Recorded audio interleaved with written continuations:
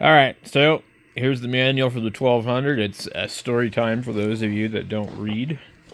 Anyway, we're just going to go through some stuff on the TX audio because I'm about to adjust it on here, play around with it. I reset the radio.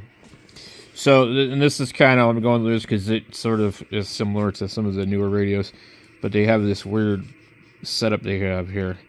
Function select center frequency of the lower range for the parametric microphone equalization. The values available are from 100 to 700 hertz in 100 hertz steps. So I think by default is, it's 200.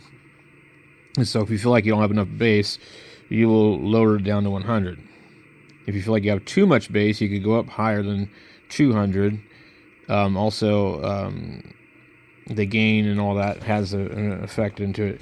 You may adjust the equalizer, gain, and Q factor at this selected audio frequency via items 160 parametric EQ1 level and 161 parametric EQ1 BWTH. These, the Q factor is sort of a weird thing, and I don't remember 100% sure what the hell it means, but I think a 1 is more than a 10. So parametric EQ level, adjust the equalizer gain of the low range of the parametric equalizer. Available values -20 plus 10. So that's the gain. So if you wanted to roll off some of the lows, you would go all the way down to probably -20. The adjust the Q factor of the low range of the parametric microphone equalizer. Available values 1 through 10. Default setting 1. But they don't tell you what that is or what that actually does. That's what's annoying. Are they seriously going to go through all these? So parametric EQ frequency number 2 is going to be 700 to 1500. Default setting 800. Parametric EQ level default setting apparently is 0.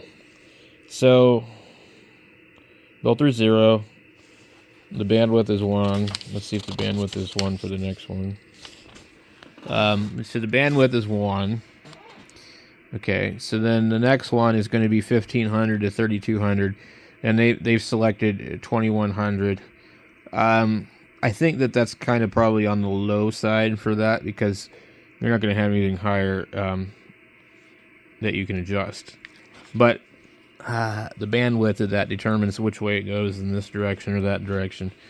But the level apparently is emphasizing it. It's at +5. And the bandwidth is 10. So they want that to be really wide, I guess. Then you get into the P parametrics, and it selects the carrier or selects the center frequency of the lower range of the P parametric equalizer when the speech processor is activated. So basically, anyways, you would go through here and do the same thing with these. But really, what you need to do is you need to sit over here with the radio here and a radio over here, and you listen to it, or you need to get on the radio, adjust these with somebody else listening to you that knows what your voice is supposed to sound like, and play around with it and try different things. Another thing that works really well is you could get on one of the web SDRs and just turn the volume off on the web SDR and start recording on it. That way you don't delay with the echo and drive yourself nuts. And then you can just talk normal and record it and then play it back and see what it sounds like. But we have all these different parametric stuff. So this stuff is definitely confusing, and I really don't understand why YAESU made it absolutely so confusing.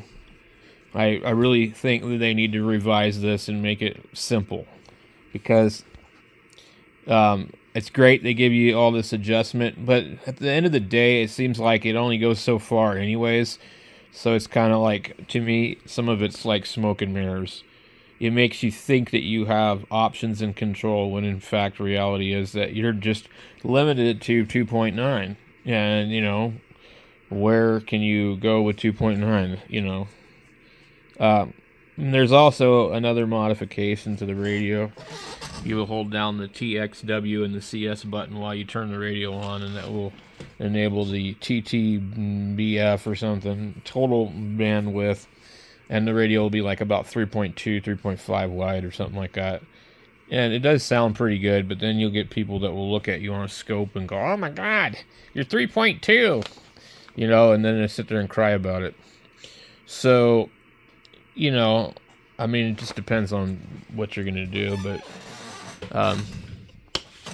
anyway, yep, those are the default settings for this. So, and if you like the way it sounds, I would suggest, you know, you write down the numbers before you change anything.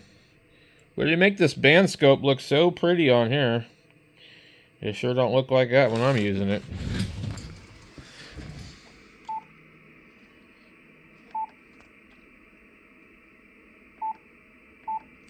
It doesn't appear to be scanning.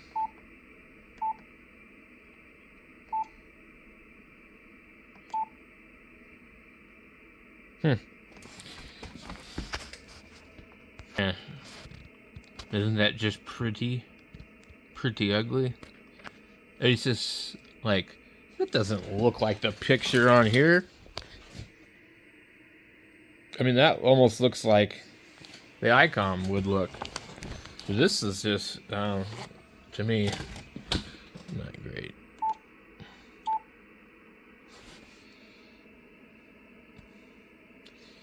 Yeah. And you can't adjust the gain of it, I don't think, so, I don't know. Anyway. I just had to point that out after I looked at the cover of that. It was like, oh man, it doesn't look that good.